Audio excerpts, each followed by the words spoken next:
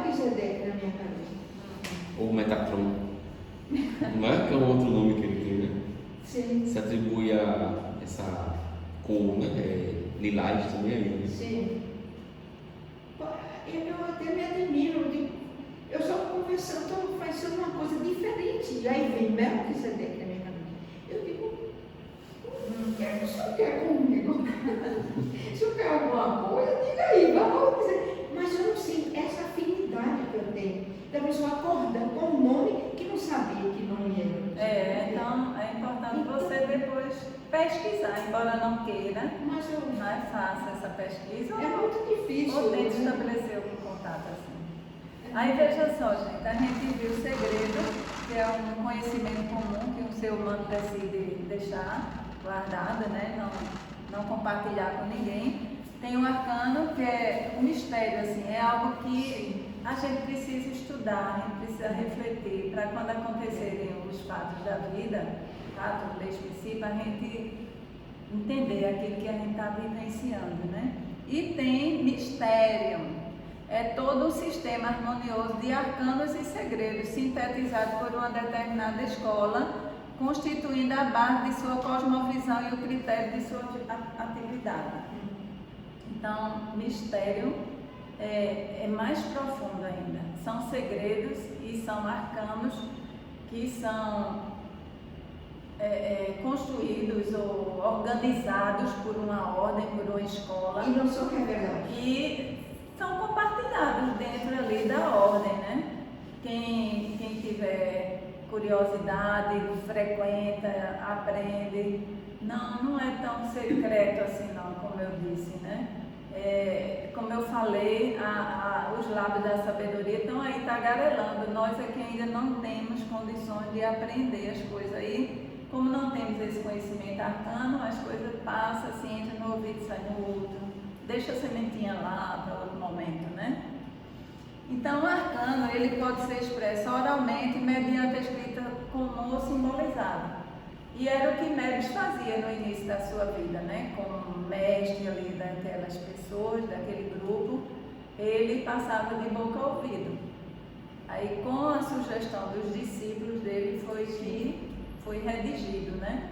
Para que ficasse alguma coisa realmente para a posteridade. E vocês não sabem as peripécias que os livros passaram, né? Porque, como a maioria dos documentos foram destruídos, livros também queimados, aí os poucos livros que ficaram, um chegou ao Brasil, né?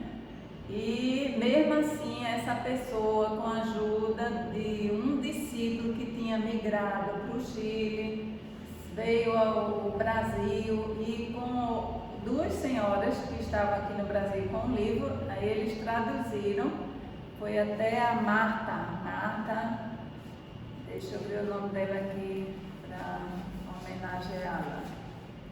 Marta Pescher foi quem traduziu do original russo, que eles tinham em russo, né, o livro. E a Marta foi quem traduziu para a nossa língua portuguesa, né.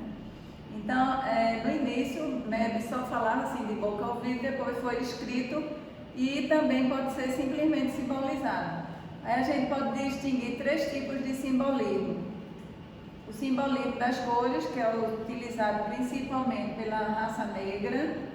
O simbolismo dos quadros ou figuras geométricas, que é o acervo da raça vermelha, vocês vejam aqui, muitas cores, muitas formas. E tem o simbolismo dos números, que é característico da nossa raça, a raça branca, né? O tarô dos boêmios junta em um baralho os três tipos de apresentações simbólicas. Quando eu falo aqui cores, figuras geométricas, vocês vejam que não é pigmento de pele, não. Sim. Não se trata de ter mais melanina, não. É uma questão de raça. E não é essa raça que a gente conhece. Quando eu disse todos somos brancos, aí tem Lázaro aqui, da cor morena, e está mais ligada à raça do surgimento ancestral nosso. Então, a raça lemuriana, os pele vermelha da raça as figuras geométricas e a raça branca, a raça ariana, que é essa que a mente, que tem a ver mais com mente do que com cor da pele, né? Então, o tarô dos boêmios junta em um baralho os 3 tipos de apresentações simbólicas, como eu mostrei aqui nesse de Marcélia. O tarô pode ser considerado um alfabeto iniciático. Então, é isso que a gente quer ver aqui, né? Ver um tipo de iniciação e não simplesmente estar adivinhando coisas. Os 22 arcanos maiores correspondem, aí vem uma coisa importante, aos 22 hieróglifos do alfabeto hebraico. E nós vamos aqui ver, associar o arcano primeiro, que é a Aleph, que é a primeira letra do alfabeto, né, hebraico. Sim, e a cada letra é atribuído um valor numérico definido. Os detalhes e matizes das cores constituem comentários complementares a essas cores, mas sempre sob a divisa da raça branca, tudo por medida, peso e número. Aí a figura, o tarô que eu tenho é assim, com esse aspecto. Veja como difere, né, desse tarô aqui. Esse é o número 1 do tarô de Marcélia, né? E esse é o tarô. Qual é o nome desse tarô aí que está na É de Pérez. Então esse tarô é que tem, mas não é que ele fez, ou mesmo o artista daquela época fez. Eu tenho. Não é que ele fez, ou mesmo o artista daquela época fez. É que alguém que lê o livro, ao ler a descrição da figura, que no início de cada arcano é feita uma descrição do arcano. Então, um artista, que eu não sei quem foi, fez esses desenhos baseados nas descrições que foram dadas pelos discípulos de Meres. Diga. O problema é a internet. Não, eu ganhei. Eu estava ali na Saraiva, quando tinha Saraiva, era tudo mais de R$200. Não tem não. Nem na Cultura, nem na Imperatriz, nenhuma livraria. Então vejam bem como é bonita essa imagem. Né? Esse que eu comprei ali naquela loja esotérica do Shopping Recife, cheio de luz, eu achei um preço mais em conta, porque tá na livraria é tudo caro. Com certeza. Então veja aqui, esse arcano 1, a letra Aleph, representa o mago e o valor numérico é 1. Então, vamos fazer uma descrição, sem ler a descrição. O que é que a gente está vendo aqui? A gente tem que aprender a ler as coisas, sem ter a escrita, para facilitar. É claro que a escrita facilita, né? Mas o que é que você está vendo aqui nessa imagem? O que é que chama mais? Eu vejo o infinito, né, em cima da cabeça aqui. O princípio hermético também dá para perceber ali, né? Assim como em cima e embaixo, né? Da ponta para cima e da ponta para baixo. Quem mais? Palmeira, Lázaro. Só isso estão vendo. Tem mais coisa. Tem uma espada aí no seu livro. Tem uma taça, acho que deve ser. Tem vários significados na taça, né? Pode A ser. espada da gente à vontade, né? Mas agora a gente não quer saber o que representa, não. A gente só quer que diga o que é que está vendo na figura. O que está vendo? Veja só, a primeira coisa assim, que me chamou a atenção, a gente está vendo o quê? Uma figura masculina em pé. Então não pensem que o fato de uma figura estar em pé, estar sentada, ou estar recostada, ou estar numa carruagem, tem o mesmo significado, não. Tem não, né? Cada um tem um sentido diferente. Então veja que esse é um homem, ele está em pé, a mão esquerda dele está empunhando uma vara de nogueira. E se vocês prestarem atenção, tem quatro galinhos cortados. Isso. Tem 4 galinhos cortados, né? Outra coisa, ele é um homem, está com a tiara de ouro na cabeça. Você não tem condições de aumentar a figura? Tem não. Pode se aproximar. Está refletindo alguma coisa? Não. Podia apagar essa, né? Fernanda, apaga essa. Acho que É é muito melhor. interessante essa figura. Outra coisa, ele tem um ar bem, essa aqui, tem um ar bem altivo, assim, olhando para frente, né? Sim. E ele está com uma corrente, melhorou? Está com uma corrente de ouro e tem uma cruz solar. Ah, solar. Por que solar? Porque os 4 braços da cruz têm o mesmo tamanho, certo? E é de ouro. Ele tem também essa roupa com um cinto dourado. A mão direita está para baixo e a gente vê diante dele, encobrindo uma parte do seu corpo, uma mesa cúbica, uma mesa quadrada. Sim. E nessa mesa o que é que a gente vê? Uma moeda de ouro, uma espada e um cálice, certo? E aquele tem vermelho, que é lindo. É o cálice. é o cálice. É o cálice, o É. cálice. E Sim, tem sim. esse turbilhão de cores belíssimas, É um né? sacerdote. Cores. É um mago. Então, tô vendo. Mostra, é É um Mas mago. a Paulo disseram do doido, ela disse que não. É um mago, certo? Na linguagem assim que a gente está usando é um mago. Se era destruída, tu fez assim. Então eu vou usar aqui, vou ler a descrição bem rápida, pode ser que eu tenha deixado alguma coisa. Turbilhões de cor azul lilás, mais condensadas na parte inferior. Uma mesa em forma de cubo. Sobre a mesa uma moeda, uma espada e um cálice.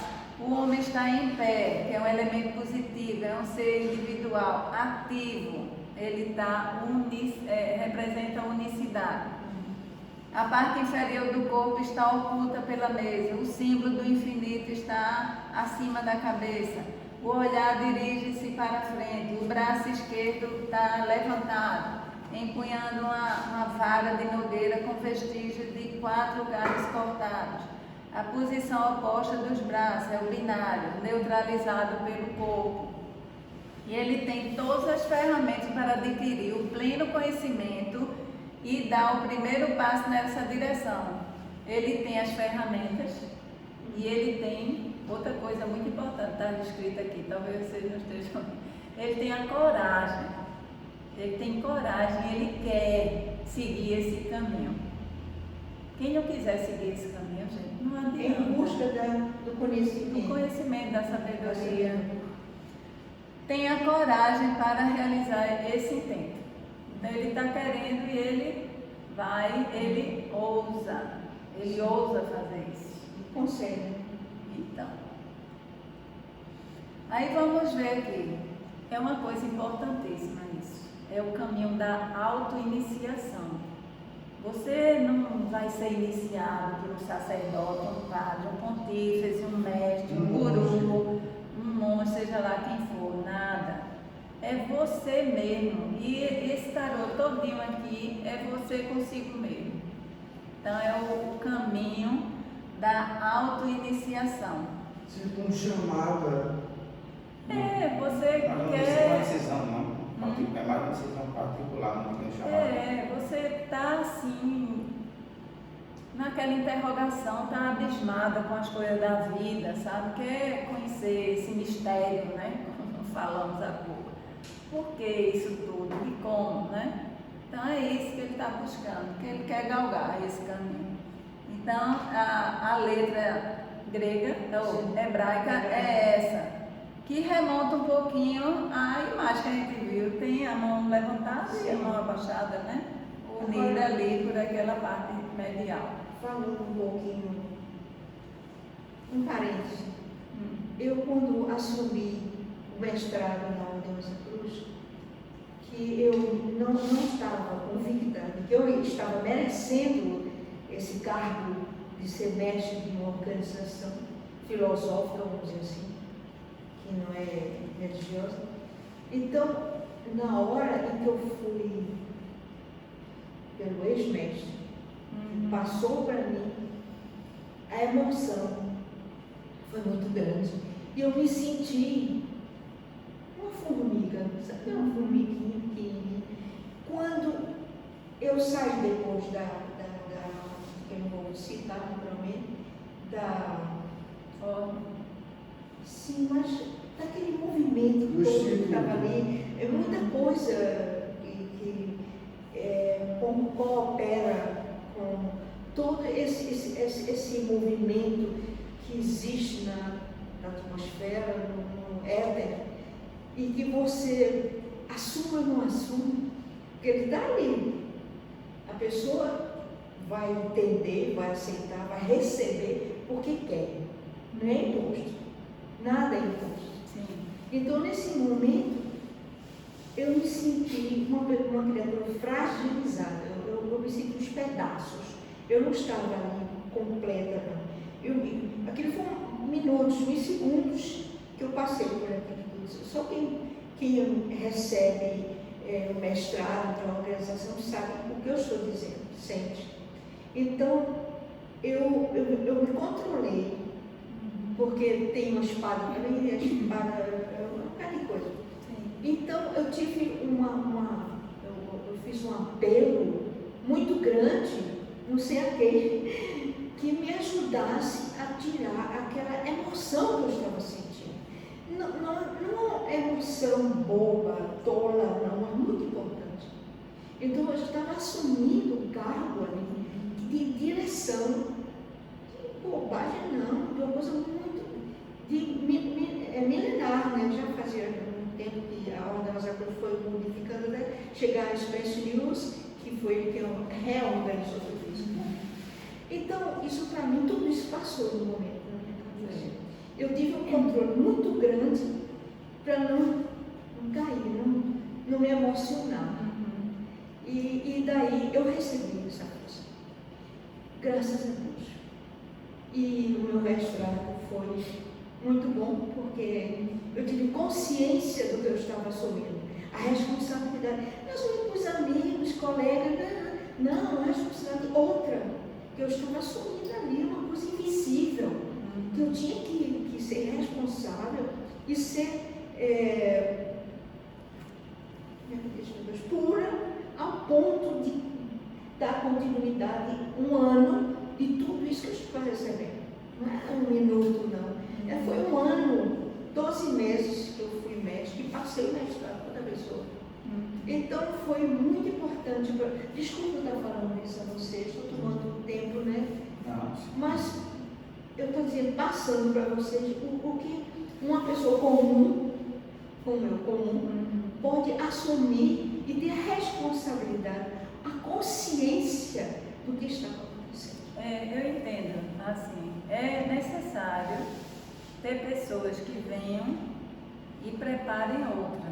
Sim. Mas o mais importante é a auto-iniciação. Isso aqui que Mebres ensina, né? Sim. Que tem que ser esse propósito de você querer conhecer, né? A primeira coisa é você querer. Querer, depois você ousa, devido à coragem que você tem de iniciar essa jornada, né? A humildade. Você saber depois, qual é o outro verbo? Querer, ousar, saber e calar. Porque não adianta você tentar depois incutir conhecimento a ninguém.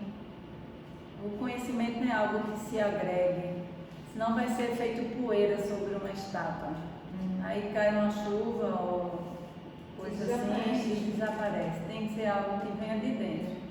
Então, você, no caso, né, pelo que eu estou entendendo, você teve uma iniciação, né? Porque você estava dizendo que não estava preparado, mas não tem aquela frase, Deus não escolhe os preparados, Ele escolhe aquelas pessoas que têm bons propósitos, bom coração.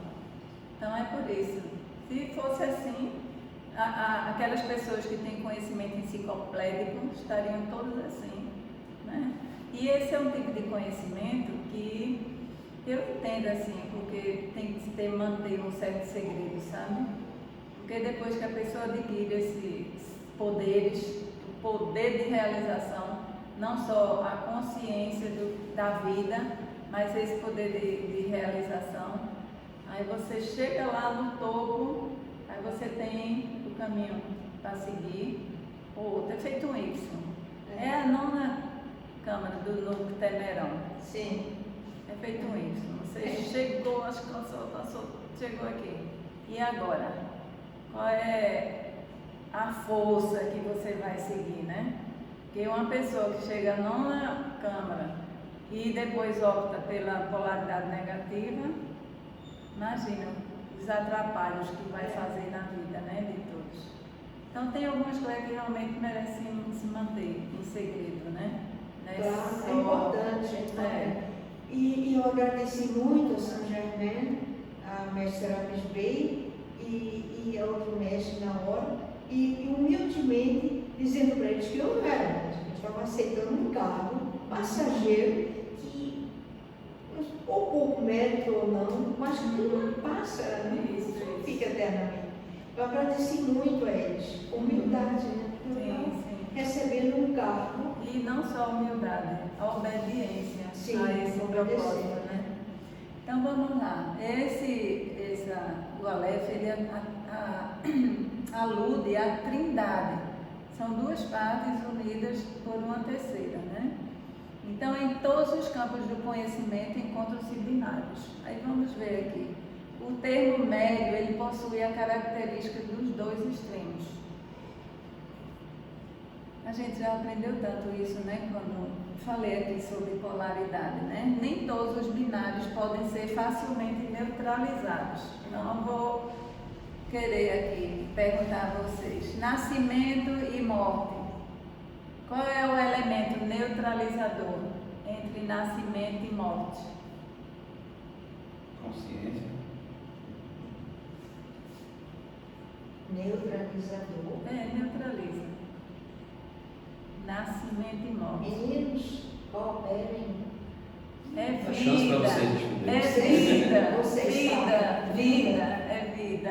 Vocês Entre sabem. espírito e matéria. Qual é o elemento neutralizador? Energia. Qual é o elemento neutralizador entre bem e mal? Justiça. Então, a justiça. Nem tudo que é bom é um bem, né? E às vezes a gente pensa que algo é mal, na realidade aquilo está trazendo, é o resultado de algum fator aí que está sendo equalizado. Vem para um lado, mas não é bom para o outro lado. Consciência e poder de realização. Aquilo que a gente está falando, né? O homem inteligente, ele tem que ter essas duas características, consciência da vida e poder de realização. O que é que leva o homem a adquirir esses dois poderes? Está aqui no título, é a iniciação, é a auto-iniciação. Então, a iniciação é quem vai conferir esses dois poderes. Na ciência dos antigos grandes mistérios, chama-se iniciação, poder de neutralizar esses dois últimos binários. Eu posso fazer um parêntese agora? Pode. Desculpa, que eu me lembrei. Inclusive, quando eu assumi o mestrado, a espada foi da maçonaria, do meu avô. Meu avô lá de Belém, ele era português. Então, meu pai, até disse, não sei o que eu quero, essa espada não tem valor nenhum. Eu disse, não, meu pai, eu quero. Então, eu embrulhei, todo com papel, um jornal, tudo. Aí o papai disse, não vai passar não vai passar no aeroporto. Eu digo, vai passar. Aí eu rolei de tal maneira e pensando que aquilo ali não era nada. Aí eu, nesse tempo na alfândega lá, disse, a senhora está levando o quê? Eu mostrei bolsa, mostrei tudo. Aí disse, isso aqui é uma sombrinha. Quer que eu abra?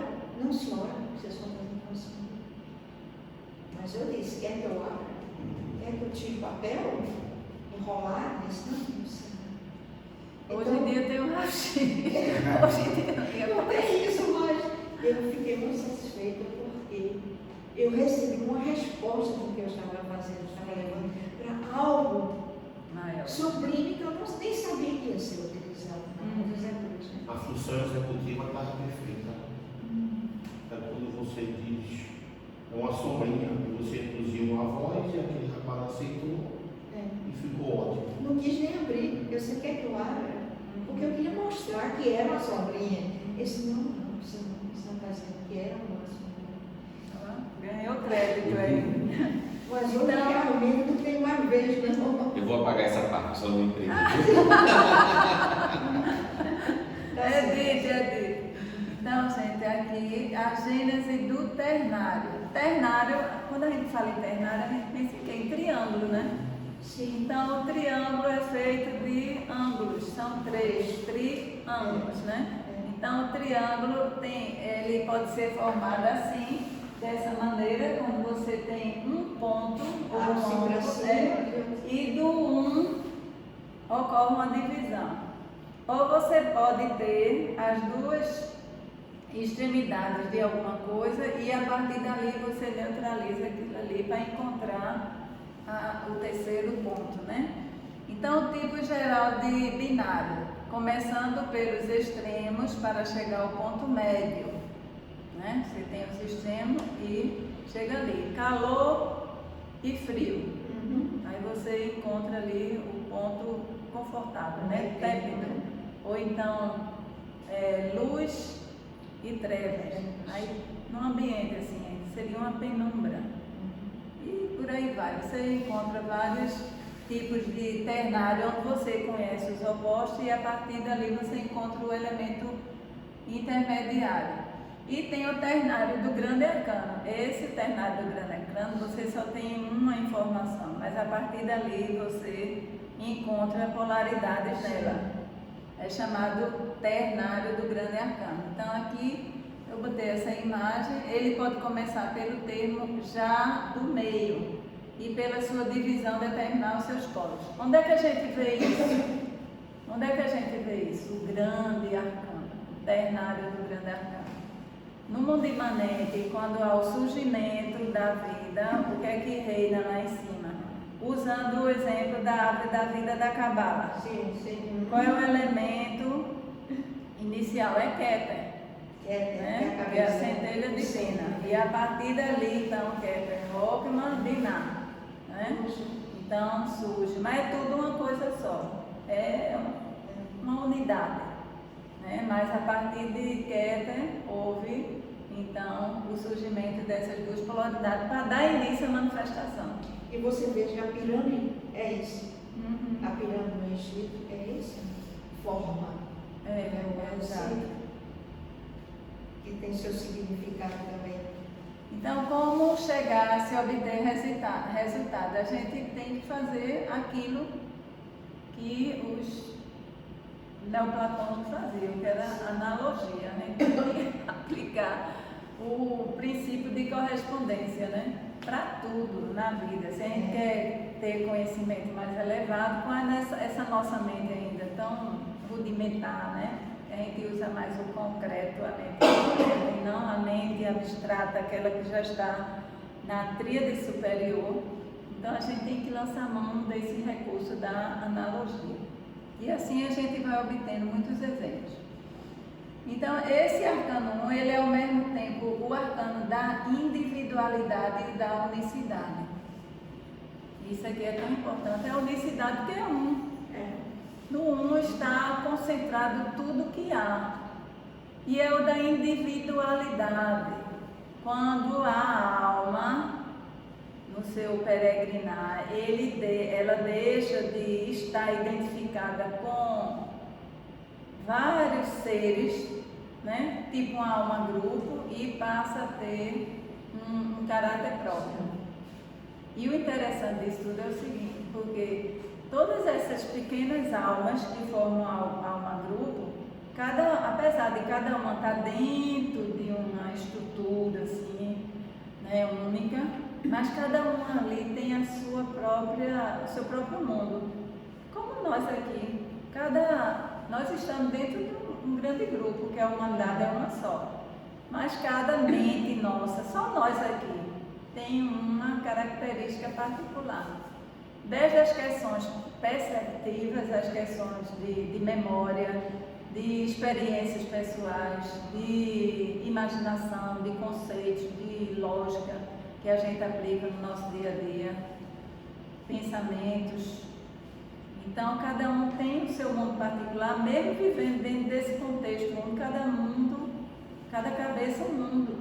É um ditado popular e uma verdade. Mas à medida que a gente se individualiza e se destaca dessa alma aqui, Alma grupo, né? e a gente vai ascendendo a outros, a gente vai perdendo essa identidade. Sim. E os seres que habitam lá passam a ter um mundo só. Vivem em comunhão de pensamento, de mente, de intuição. Eles vão se unificando. Em vez de ter esse processo de individualizar-se, e depois tem o processo de comungar com o todo. Aí veja bem o exemplo que ele deu aqui, que é bem prático. Sim, antes, né? O arcano nos ensina que as individualizações existem, mas que elas, em nome da vida, passam a ter uma vida corporativa, não considerando os pequenos interesses particulares de cada uma de suas unidades. É feita uma ordem, a Rosa Cruz, é feita aqui a Sociedade Teosófica, um grupo aí que exista, profano mesmo. Ele tem objetivos, né, missão, e todo mundo ali, dentro das suas particularidades, vai construir e, assim, executar as suas funções em prol daquilo. Entendeu? Então, os exemplos, aí ele começa a construir isso aqui. Um grupo de átomos, o que é que faz? Um grupo de átomos, os afins se juntam formando uma molécula. Sim. As moléculas afins se unem formando um tecido humano, por exemplo. Esse tecido humano, os afins, eles se unem formando um órgão. Os órgãos afins, eles se unem formando um sistema. A gente tem sistema nervoso, sistema digestivo. As células são até diferentes umas das outras. Tanto é que quando é feita uma biópsia, você não precisa dizer ao patologista, isso aqui foi um fragmento do intestino grosso, ele sabe. Quando ele olhar ali, aquelas células são características daquele órgão, às vezes até daquela camada do órgão.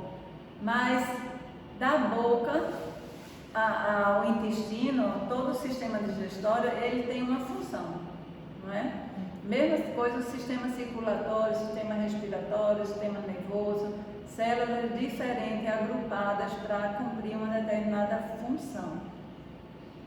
Então, todos os reinos orgânicos do planeta, aí vai assim, incluindo o reino mineral, juntos formam uma manifestação individual e viva chamada planeta. O nosso planeta mesmo, ele não é composto dos elementos, né? Terra, água, ar e fogo.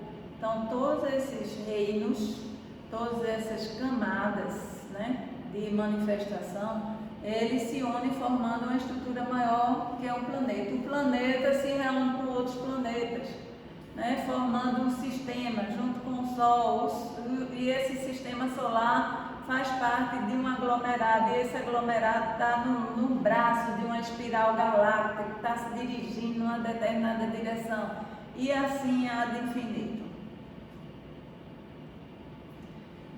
Em busca do poder realizador. Então aqui vamos aprender um pouquinho sobre como realizar. Então a gente já viu, né, que na atividade do homem a gente percebe esse grande binário, espírito, que é o mais elevado, e matéria, né? E o que o une, se a gente está considerando apenas isso enquanto estrutura, que no centro disso está o quê? A energia, né? Mas enquanto ser, o princípio que une o espírito mais elevado e a matéria mais grosseira é a mente. E é a mente que constrói o ser humano, não importa em que parte do universo, não importa que forma ele tenha. Se tem mente, é um ser humano. Então, o homem, espiritualmente, ele vive no plano das ideias e expressa-se no plano físico, onde as percepções se realizam pela reação dos sentidos aos objetos. O que poderá constituir a passagem do plano das ideias para o plano dos objetos concretizados? O que é que fará que aquilo que o homem criou na mente passe a se manifestar? Então, o plano no qual a energia determina a forma. Então, vamos ver qual é esse plano, né? Então, a gente vê espírito, energia, matéria. A gente vê ideias, que está no plano mental, formas, porque quando você quer construir alguma coisa, você não dá forma àquela coisa. Você quer construir uma casa, então você pensa na casa, o local da casa, o material que vai usar, o modelo, as estruturas, os cômodos e por aí vai. Então você forma isso na mente para depois aquilo chegar ao plano da manifestação. Então o plano intermediário entre o mental e o físico qual é? A gente aprende na teosofia qual é o plano astral. Então é no plano astral que a gente vai, como é, estou me lembrando disso aí, agitar, né? A gente vai fazer uma provocação lá nesse plano astral, né? Então a passagem do mental ao astral se faz pelo processo de condensação progressiva das ideias. Então, eu queria tanto fazer isso, mas você fica só assim, sem alimentar essa ideia e mais ainda, daqui a pouco a gente vai ver, sem ter um ponto de apoio. Não tem, aquilo vai chegar ao plano da manifestação, da concretude. Então, é pela condensação do astral que podem ser modificadas as propriedades puramente físicas. Então, a gente aprende, quando estuda o plano astral, que a estrutura do plano astral, a energia lá é muito maleável. Você pensa uma coisa, aquilo já aparece. Mas pode ser que seja feita uma bolha de sabão, pluf, aquilo se extingue. Mas se você fica repetidas vezes pensando naquilo e ao mesmo tempo alimentando, tendo um ponto de apoio aqui no plano físico, você vai concretizar. Aquilo vai chegar a se manifestar. Você dá visualização de ideias em imagens ou formas, mantendo-as na imaginação. Essas formas condensam-se no astral para depois se manifestar no plano físico, naquilo que você estava desejando. Então você tem que querer, você tem que desejar. Você tem que alimentar aquilo para chegar a uma manifestação. Mas tem outra coisa aqui ainda muito importante. Para fazer ouro é preciso ouro. Então os alquimistas do passado não queriam transformar chumbo em ouro, mas eles tinham que ter, nem que seja uma partículazinha de ouro para potencializar ali aquela transformação e conseguir, né, reverter aquele processo. Quimicamente fazer isso. Essa é a lei que rege a maioria dos processos que tem lugar no campo das manifestações realizadas. É suficiente que tomemos um ponto de apoio. Então tem que ter um ponto de apoio nas realizações já existentes. Então você está realizada no plano astral. No plano mental você pensou no plano astral, você desejou, você quer, mas você tem que ter um ponto de apoio. É, por exemplo, a pessoa quer ganhar na Mega Sena, mas não joga. Ela deseja, tem plano, eu vou fazer isso, fazer aquilo, como eu desejo, mas não vai na casa lotérica para rascunhar ali os seus números, né? Aí tem que ter esse ponto de apoio para que algo venha a se realizar. E muitas outras coisas, viu? Eu estou dando esses exemplos assim, bem rasteiros para a gente ter uma compreensão melhor. Aí ele diz uma coisa muito interessante aqui. Não possuímos a compreensão do mecanismo da coagulação, mas podemos utilizar a máquina já existente. Então ele diz, a gente sabe que é assim. Agora, como é que o universo opera para que isso aconteça, a gente não sabe não. Não sabe desse mecanismo, né? Para isso é importante sabermos que as esferas dos planos de manifestação se interpenetram, o mental, o astral e o físico. Eita, antes. Por exemplo, a gente está aqui no plano físico, então, o plano físico ele é composto de 7 subplanos. Então, os subplanos superiores do plano físico, eles interpenetram os planos inferiores do plano astral. E os planos superiores do astral, eles interpenetram os planos inferiores do mental. Então existe uma maneira, existe um caminho para que isso venha à realização. Porque o plano físico não está aqui estanque, e aqui tem o plano astral e o plano mental. É feito um degradê, eles estão em comunicação um com o outro, chegando os planos superiores do físico, eles interpenetrarem os superiores do físico interpenetrar os inferiores do plano astral. E outra coisa também é importante que a gente saiba que existem entidades nesses planos, né? Lá no plano mental é o que a gente chama de anjos. No plano astral são espíritos diretores e no plano físico é o que a gente conhece também, que são os elementais.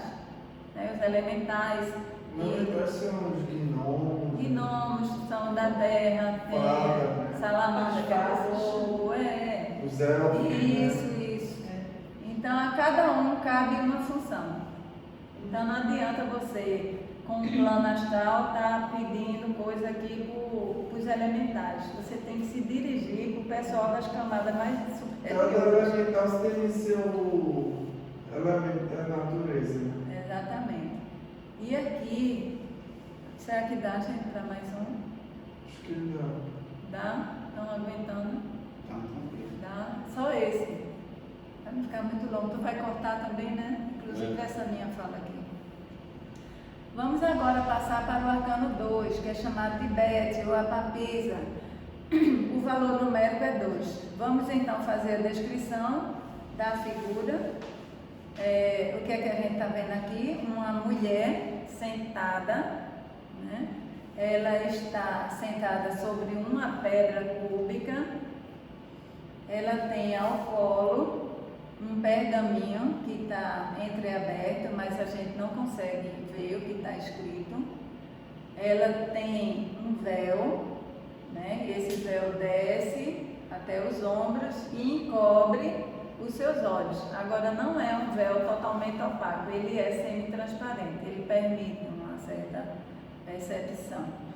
Do mesmo jeito, ela tem também um colar de ouro e uma cruz solar, né? Mesmo estilo. E tem esse véu aqui, esse manto, aliás, cor de violeta, tá expondo, né, o tórax, os seios e, deixe-me ver mais, uma coluna da direita vermelha com o símbolo do sol, uma coluna da esquerda com a lua e tem um ornamento egípcio na cabeça, em ouro, com esse, parecem chifre, mas na realidade é a lua crescente. E no centro tem a lua cheia. E se vocês prestarem atenção, aqui são 3 degraus. Tudo isso tem um significado. Então, deixe-me ver. Assim, uma barra de ouro apoiada no topo das 2 colunas sustém uma cortina de cor violeta que desce até o chão. A coluna da direita, já falei, a da esquerda, dos ombros que aumenta, a terceira cruz solar. Ela segura um rolo de papeiro e sobre a cabeça o adorno egípcio, como eu já falei, né? Então, o valor numérico é o 2, né? Indica que a unicidade, que é o número 1, L, se divide em 2, né? Que a unicidade deve ser dividida em 2 e polarizada a cada vez que deseja participar do processo da vida. Então, ele para ser perceptivamente humana, ela tem que ser polarizada. A gente nunca vai conhecer uma coisa na sua unicidade, não.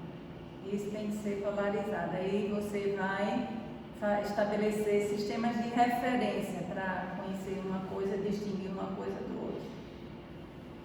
O hieróglifo é a boca humana e aqui a letra Bet, a letra hebraica, né? Aí aqui uma questão bem importante, né? Se alguém informa o que e como deseja, conheceremos o seu eu. Né? Se você chega com um adolescente e diz: o que é que você quer da vida? Aí ele diz: eu quero ser rico. Agora, como é que você vai fazer para ser rico? Aí um pode dizer: eu vou estudar, eu quero aprender, fazer direito, engenharia, vou ser médico, vou trabalhar com computação, e isso e aquilo outro. E enquanto que você pergunta a outra, ele: eu quero ser rico. Eu vou me juntar aí com a turminha, a gente vai assaltar um banco. Pode ser isso, né? Então, não basta você saber só o que uma pessoa quer, como é que ela quer conquistar, né? O que é que você está querendo, cada um de nós está querendo. E como a gente almeja alcançar esse objetivo. Então, quando a gente passa a conhecer melhor o ego das pessoas. As leis da natureza são registradas no seu livro vivo. Assimilar o conhecimento nele contido só é possível sob as pregas da vestimenta ou manto que nos isola das agitações mundanas, dos condicionamentos e outras influências prejudiciais. Por isso, aquele véu assim. Você quer estudar, você quer aprender, você também não pode botar um pano, um véu opaco, se isolar, virar um monge, viver no retiro, não ter contato com as pessoas, com nada, não ter vida social nem familiar. Tem gente que faz isso, né? Mas a maioria das pessoas deve, assim, ter essa percepção da vida, do momento histórico que vive, observar, mas sem se identificar com A e com B, né? E procurar estudar as coisas da vida. É estudo, gente, a gente tem que estudar, a gente ter um pouco de compreensão desse grande mistério que é a nossa vida. Esse véu aqui encobrindo, a gente tem que se isolar das coisas profanas e mundanas, se a gente quer aprender alguma coisa desses planos mais evoluídos. O hieróglifo do arcano é a boca humana. Simboliza um refúgio, um lugar onde é possível se abrigar, um edifício ou templo consagrado ao estudo. As duas mandíbulas, que aqui é a mandíbula superior, aqui é a mandíbula inferior. Então, é um tipo também de analogia, onde a gente veria assim, que elas são semelhantes, não são iguais. Nunca é igual, uma coisa é igual a outra não. Ela é como ser. Então, o princípio binário é observado também nas colunas e no chifre do crescente lunar. São duas forças iguais, mas em direções opostas, que devem o quê? Buscar o equilíbrio. As manifestações são produtivas devido à existência de uma oposição. Senão a coisa vai ficar inerte. Tem que ter algo ali para mexer. A linha que delimita o campo positivo e negativo no binário e que os equilibra pode ser deslocada de acordo com as circunstâncias. É uma coisa tão curiosa aqui. Em determinado momento, pode ser melhor limitar-nos a não prejudicar uma pessoa. E 5 minutos depois, sentir que a nossa consciência nos obriga a auxiliá-la através de uma ação benéfica e elevada. Então é assim, é como a gente não ter essa mente de dizer: eu só sou assim, eu só faço assim. Aí tem alguém que está numa determinada situação, ou você mesmo, né? Está contemplando alguém numa determinada situação e você sente aquele impulso de reagir àquilo, às vezes até de ofender, de agredir. Mas 5 minutos depois, aquilo já mudou. Você vê que aquela pessoa que estava lhe ofendendo ou fazendo alguma coisa com outra tinha um sentido. Então você, em vez de estar criticando e julgando, você busca ajudar aquela pessoa, nem que seja com uma orientação. Então a gente ser feito Quando eu vim morar aqui no Recife, eu morei num apartamento que tinha, para iluminar o quarto, era assim, tinha um dispositivo, não era uma tecla, era um dispositivo, eu ia deixando mais claro ou mais escuro. Então a gente tem essa flexibilidade de saber quando lançar mais luz ali ou quando a gente simplesmente se ocultar, deixar as coisas fluírem sem se envolver tanto, né? Então, impetuosos vórtices astrais provocados pelo poderoso esforço da vontade e imaginação formam turbilhões que se espalham e crescem como trombas. Tem gente assim que são videntes, não precisa ser clarividente, porque o clarividente ele já veio em patamares mais elevados. Vidente, ele às vezes ao ver alguém pode estar tendo a percepção de tantas perturbações naquela pessoa, sabe? Só que essas perturbações, esses turbilhões ainda não decaíram para o plano aqui da manifestação. Então cabe a essa pessoa, né, dar uma orientação.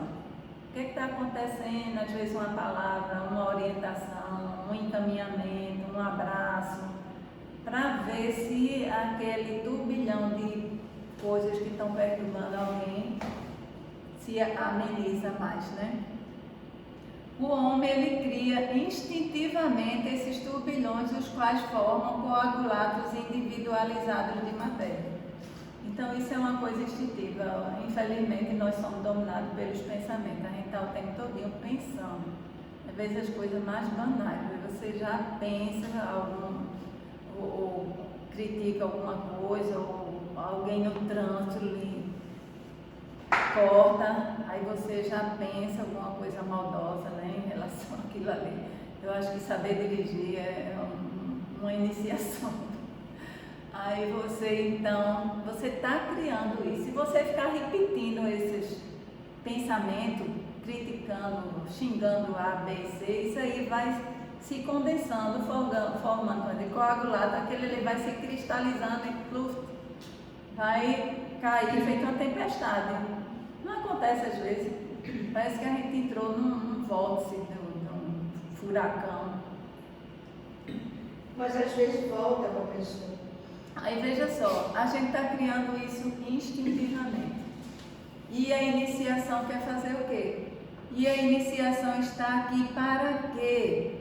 Para torná-lo consciente desse processo. É você deixar de ser joguete das coisas inferiores da sua mente, dos seus princípios. E você então ter o domínio ali do seu pensamento. Que às vezes são pensamentos que a gente gera, às vezes são pensamentos que a gente capta. Aí você saber, puxa, isso sou eu que estou formando isso, eu pensei nisso agora, ou será que era um pensamento que estava transitando por aí, minhas anteninhas captaram? Não. Aí faça uma avaliação, julgue se é seu, se vem de fora, e se for seu, então é mais fácil de você trabalhar, né? E aí você basta, aí a gente vai ver como realizar esse processo. Então, os meios para conhecer o plano astral, o método indutivo pelo contato com os habitantes desse plano, e tem o método dedutivo, partindo da definição do plano astral. Então, você não precisa ser um projetor astral, ser um vidente para estar vendo seres, né, de outros planos, para você começar a conhecer o plano astral. Você também pode ser a partir do estudo. A partir do estudo de pessoas que eram clarividentes e que disseram isso e que você vai no dia a dia comprovando, através de um sonho, através de uma experiência, através de certos processos. O que você acha de trazer Dona Fátima para dar uma palestra sobre isso? Depois a gente combina. Tá certo. Agora, Berna, eu quando era pequena, e a gente escutou na avó eu falar também, mamãe dizia que tinha um anjo da boca mole. Aí quando ele só fazia amém, aí você quando estiver pensando coisa ruim, o seu anjo da boca mole diz amém, acontece, viu? Eu tinha tanto. Aí eu ficava olhando, se não ver se o anjo estava perto de mim, porque eu pensei uma coisa ruim, uma besteira. E mamãe dizia assim, o anjo da boca mole. Agora você fala. Eu me lembrei do anjo da boca mole, que ele dizia amém. Eu só dizia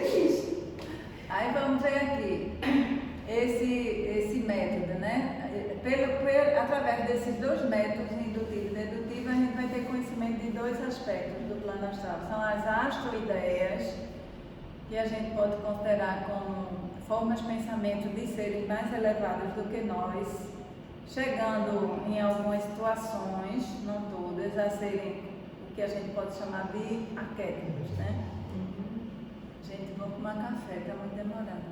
As coletividades de ideias já condensadas e tipicamente agrupadas possuem um reflexo no plano astral, isto é, ideias que já estão assumindo uma forma. Aí o que é que pode acontecer? Essas astroideias, elas podem ser captadas por metafísicos, por cientistas, por pessoas que meditam, por gente que estuda, em momentos de trabalho mental, um cientista, por exemplo, em que surge o problema de envolver de uma forma uma ideia já acalentada.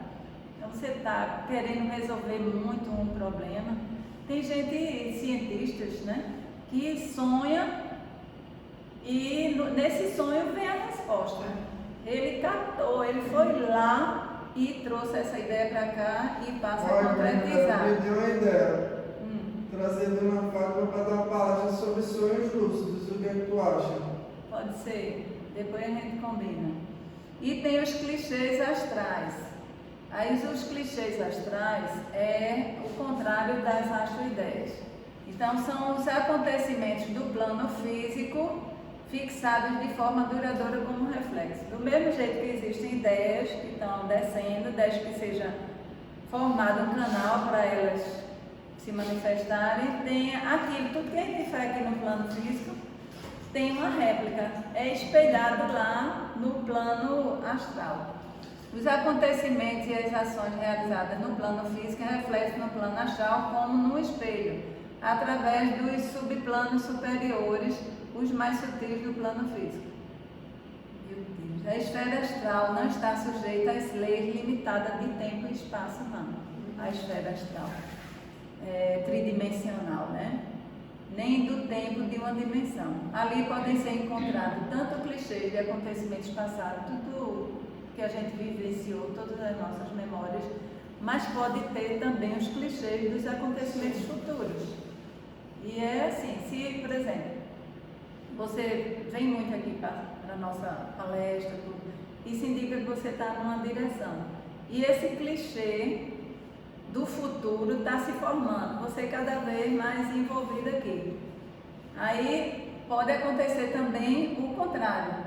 Cada desejo, cada medida tomada no plano físico pode, em parte, modificar os clichês do futuro e até apagá-los. Então, eu, por exemplo, que há 20 e poucos anos estou aqui dentro da loja, já estou com o meu clichê do futuro praticamente consolidado lá na frente, né? De tanto tempo que eu venho alimentando esse pensamento, esses estudos e tudo mais. Mas alguém que vem aqui só algumas vezes, aí tem o clichê do futuro dessa pessoa já nessa mesma direção. Mas vamos supor que de repente essa pessoa, nesse momento disso, eu não estou mais interessada, não. Eu vou deixar. Então aquele clichê que estava apontando naquela direção, que estava se solidificando, sendo mais alimentado, ele começa a se retrair. Então, o que vai passar a ser mais realçado em termos de clichê do futuro vai ser outra coisa. Pode até apagá-los, como está escrito aqui. Pode ser modificado. Chico Xavier tem uma frase, né, que eu acho belíssima, ele diz assim: a gente não pode voltar ao passado e fazer um novo começo, mas a partir de agora a gente pode começar outra coisa e fazer um novo fim. Né? Não ficar. Então você pode fazer um novo fim para a sua vida, são vários, é feito um leque assim, o que é que você está querendo? A escolha é nossa.